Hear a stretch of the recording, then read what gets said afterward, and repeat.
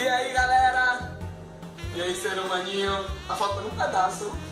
E aí, ser humaninha? Eu, Editon Souza, do curso de Bacharelado de Biologia 2016.1 da UFRB Cruz das Almas, iremos hoje falar sobre o sistema reprodutor masculino. Não, sistema reprodutor não, porque todo mundo vai pensar naquilo, só naquilo. Hoje iremos falar do sistema genital masculino. Vem comigo, eu e meus concorrentes, ou eu e meus componentes. Eu e meus componentes.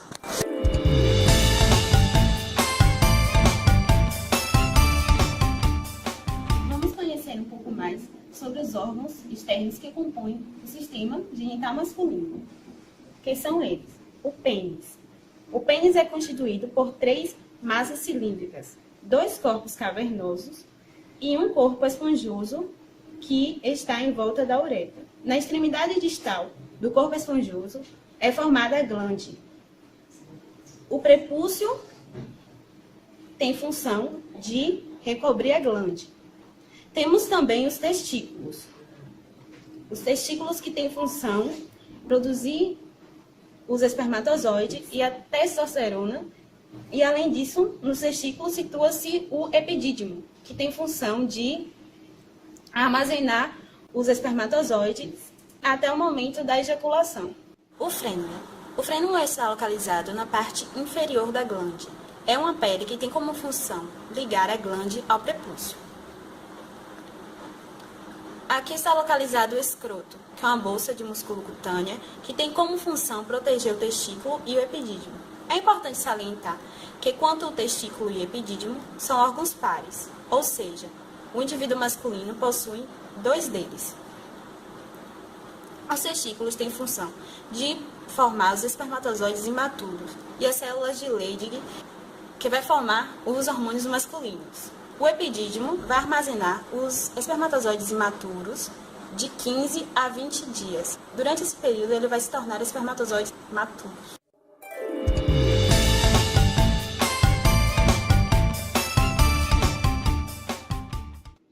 Os testículos desenvolvem-se na cavidade retroperitoneal na parte posterior do abdômen.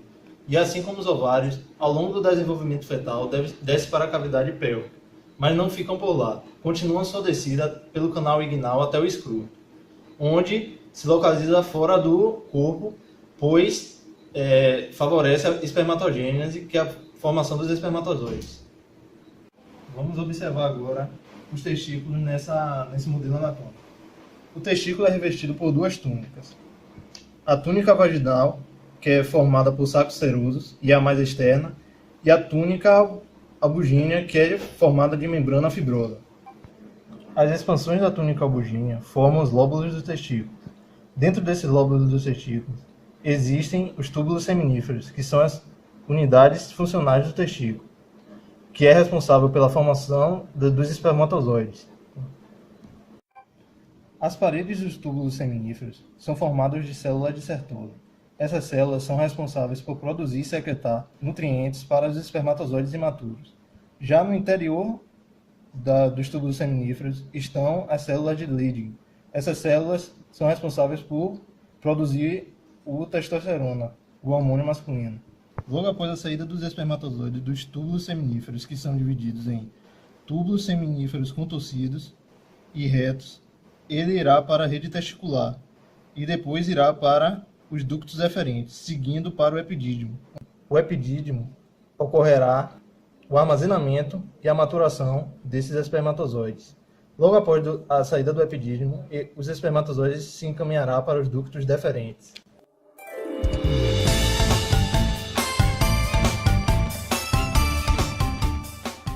Agora vamos falar um pouco sobre os tumores no testículo. Os tumores nos testículos acontecem geralmente, 95% das vezes, nas células germinativas nos túbulos seminíferos e acometem homens de idade entre 14 e 34 anos. Já os tumores benignos ocorrem nas células de Sertoli e nas células de Leydig e são mais raros de acontecer. Es un hombre, tiene un par de glándulas en forma de huevo llamadas testículos, los cuales están dentro del escroto, el cual es una bolsa que cuelga detrás de su pene. Sus testículos producen las células de esperma y la hormona testosterona. Dentro de cada testículo existen tubos enrollados llamados túbulos seminíferos, donde su cuerpo forma células inmaduras de esperma, conocidas como células germinales o espermatogonios. A través de una serie de etapas, llamadas espermatogénesis, los espermatogonios se convierten en un esperma maduro. El cáncer testicular es una enfermedad debida al crecimiento anormal en uno o ambos testículos. Generalmente se inicia en las células germinales, cuando los daños genéticos o cambios, llamados mutaciones, causan que las células crezcan de forma descontrolada. Las células germinales cancerosas se agrupan para formar un tumor, el cual continúa creciendo. En la mayoría de los casos, estas mutaciones ocurren en las células germinales y se llaman tumores de células germinales.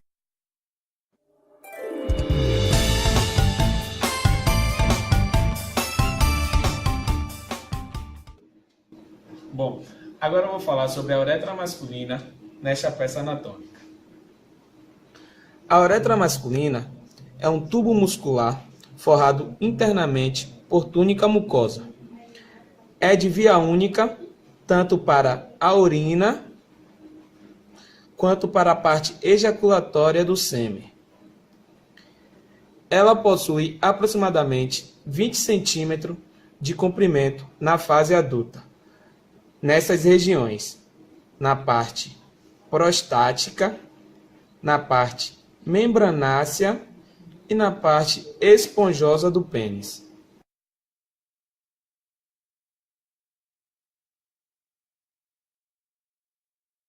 Agora vamos falar um pouco sobre a próstata. A próstata está localizada abaixo da bexiga, na frente do reto. A próstata tem função de produzir e liberar um líquido que vai compor 40% do sêmen.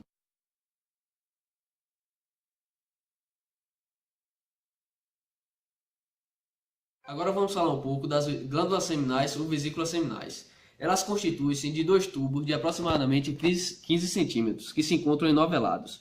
Como estão enovelados, vão apresentar apenas 5 centímetros. A secreção produzida pelas vesículas seminais constitui aproximadamente 60% do volume total do sêmen. É levemente alcalina e apresenta frutose, que vai ajudar na nutrição dos espermatozoides.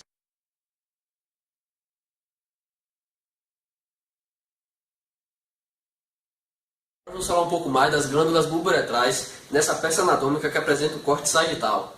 Elas estão localizadas aqui e vão desembocar na parte membranácea da uretra. A sua secreção é clara e rica em mucoproteínas, que vai ajudar na alcalinização do canal uretral, preparando para a passagem do esperma e assim protegendo os espermatozoides.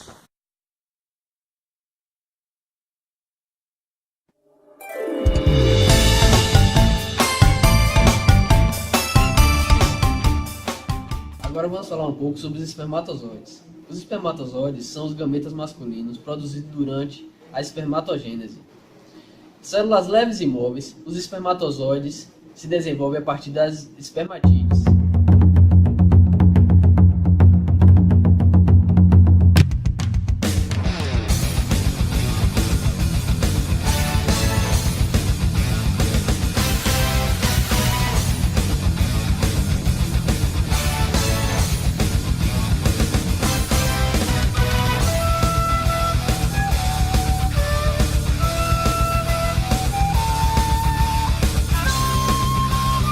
Os espermatozoides têm velocidade média de 1 mm por minuto a 4 mm por minuto, em média. Os espermatozoides são divididos em cabeça, colo ou parte intermediária, cauda ou flagelo.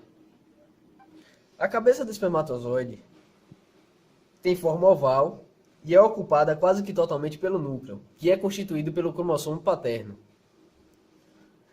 Na parte superior da cabeça se encontra o acrossomo, que é constituído por vesículas oriundas do Golgi e contém enzimas que vão ajudar o espermatozoide na penetração do óvulo durante a fecundação. Colo ou parte intermediária é onde estão localizadas as mitocôndrias que vão participar da hidrólise do ATP, que é importante para a movimentação do flagelo. A cauda ou flagelo se originam a partir do centríolo e tem função de impulsionar o espermatozoide em direção ao aparelho reprodutor feminino. Nos mamíferos, a membrana plasmática dos espermatozoides possui proteínas chamadas fertilizinas. São essas proteínas que vão auxiliar o espermatozoide a se ligar às proteínas receptoras presentes na membrana do óvulo. Ah, Daniel, você esqueceu de falar que os espermatozoides têm 2 tipos, os que carregam o X e o Y. Explica aí, vai! Os que carregam o cromossomo X, que vão dar origem ao feto feminino, e os que carregam o cromossomo Y, que vão dar origem ao feto masculino.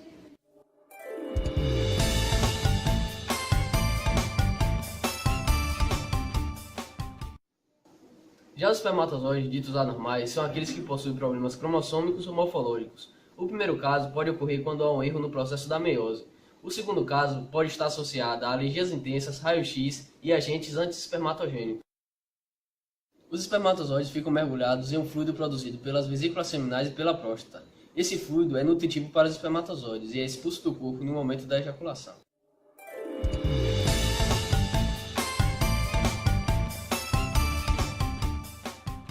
O esperma ou sêmen é um fluido orgânico produzido pelos machos de várias espécies de animais, inclusive os seres humanos. É nele que está contidos os espermatozoides e outras secreções. O esperma transporta entre 60 e 300 milhões de espermatozoides, a depender da duração de abstinência prévia. Para que o óvulo seja fertilizado, é necessário que o esperma contenha 20 milhões de espermatozoides por ml.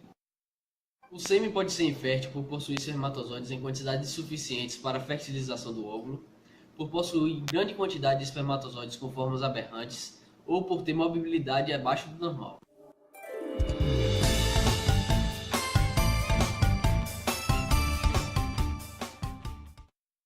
As anomalias podem ser decorrentes de alterações hormonais, insuficiência crônica renal ou hepática, enfermidade do próprio testículo, dificuldade no transporte do esperma, pode ser de doenças neurológicas e também de obstruções congênitas ou adquiridas.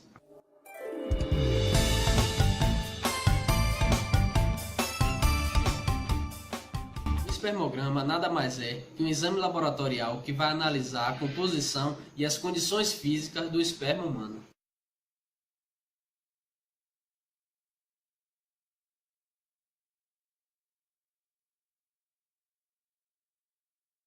Agora vamos falar um pouco da composição do esperma e de sua trajetória no aparelho genital masculino. Os espermatozoides vão ser produzidos nos testículos, maturados no epidídimo. Ao sair do epidídimo, os espermatozoides serão encaminhados pelo ducto deferente. Na porção terminal do ducto deferente, há uma dilatação chamada ampola do ducto deferente. Essa dilatação se conectará com os ductos excretores da vesícula seminal, formando o ducto ejaculatório que irá desembocar na porção prostática da uretra. Na porção prostática da uretra, a próstata irá liberar um líquido leitoso e alcalino que irá ajudar na proteção do esperma na passagem no meio ácido da vagina da mulher. A partir daqui, o esperma irá seguir pelo canal membranáceo da uretra e esponjoso da uretra. Durante a estimulação sexual e antes da ejaculação, as glândulas bulbouretrais aqui presentes serão estimuladas a secretar uma substância rica em mucoproteínas nesta parte da uretra. Essa substância irá ajudar a neutralizar o pH ácido residual da urina. Além disso, as glândulas bulbouretrais lubrificam a extremidade do pênis na preparação para o coito.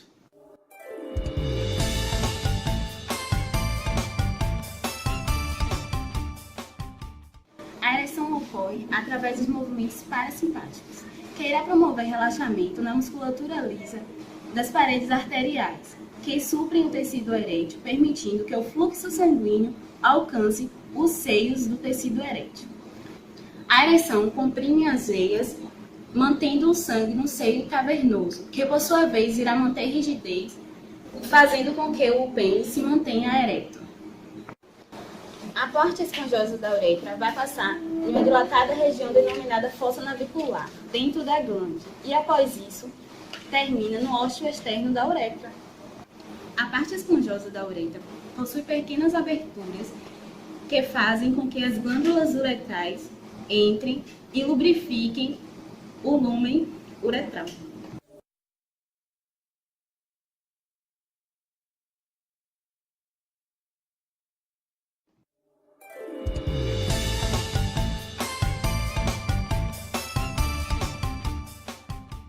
enfermidade relacionada ao sistema genital masculino é a poluição noturna, que nada mais é do que a emissão do sêmen durante o sono.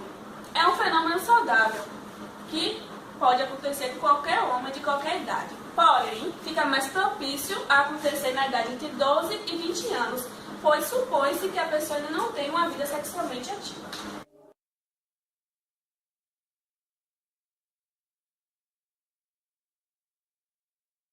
Bom, agora eu vou falar sobre um caso clínico relacionado da próstata, que é a hipertrofia prostática benigna. Aqui eu fiz um comparativo com a próstata normal e um câncer de próstata. A hipertrofia prostática benigna, ela não ocorre tanto danos quanto no câncer de próstata. Uma próstata normal, ela tem a superfície lisa, a sua consistência é elástica, tá? Ela tem uma elasticidade na palpação quando o urologista vai fazer o toque retal. O seu volume ele é normal, a sua mobilidade é móvel. Quando o médico ele faz o seu toque, a próstata ela é móvel. E no seu toque, quando o doutor faz esse toque, o paciente ele não sente dor, tá? Agora eu vou pular sobre a hipertrofia prostática benigna, porque é como se fosse normal, porém ela se expande um pouco, ela fica maior. Já no câncer de próstata, tem uma irregularidade, porque ela não fica lisa, ela tem uma certa rugosidade, tá? A sua consistência, ela é dura, na palpação, quando o médico aperta, como ela é dura, o paciente ele já vai sentir dor, tá? O seu volume, ela pode ser normal, esse câncer de próstata pode ser normal, ou ela pode estar em um volume muito grande, tá? A mobilidade, ela é fixa. Quando o médico ele vai tocar, ela fica parada, não tem aquela mobilidade que tem na normal ou na hipertrofia prostática benigna.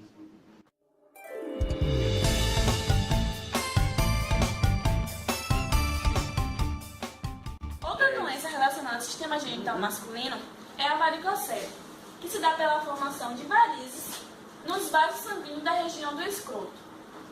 A dilatação desses vasos causa alteração na qualidade e quantidade dos espermatozoides. Por esse motivo, o homem fica mais propício a se tornar infértil.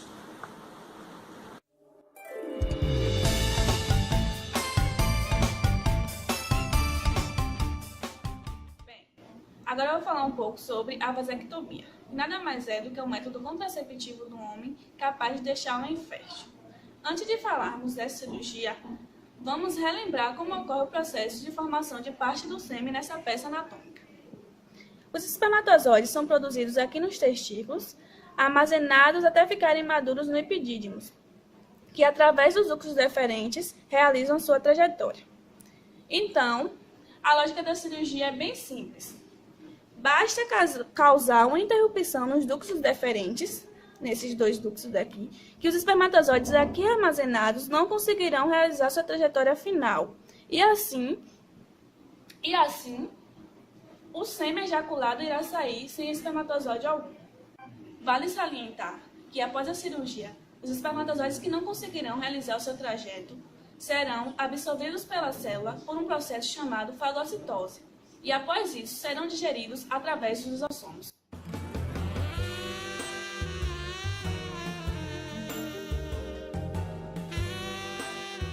O testículo produz o espermatozoide, que através do canal deferente chega à próstata e vesícula seminal, misturando-se ao suco prostático e seminal, formando o esperma.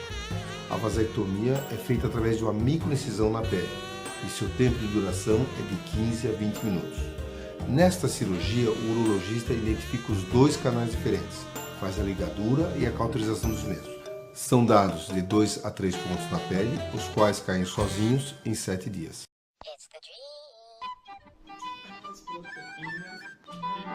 Enzima, hidrogênio, fosfatase, fibrino, malizina. São Bolongo. necessárias para a coagulação. Na região também encontra-se as células de... Caraca. E quando terminar a faculdade, quando a gente se formar, vamos... Você tá gravando? Pera aí,